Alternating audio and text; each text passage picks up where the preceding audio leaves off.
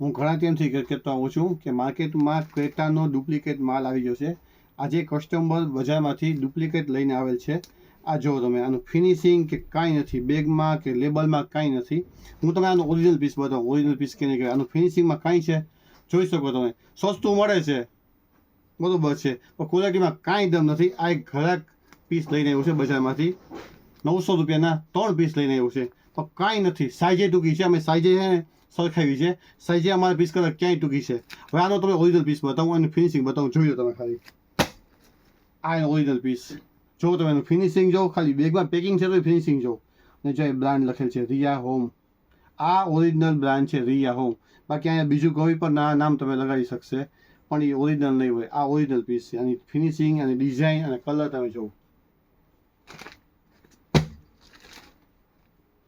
છે. બધામાં આવશે. મારે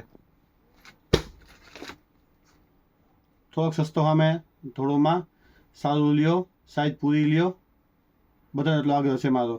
થેન્ક યુ.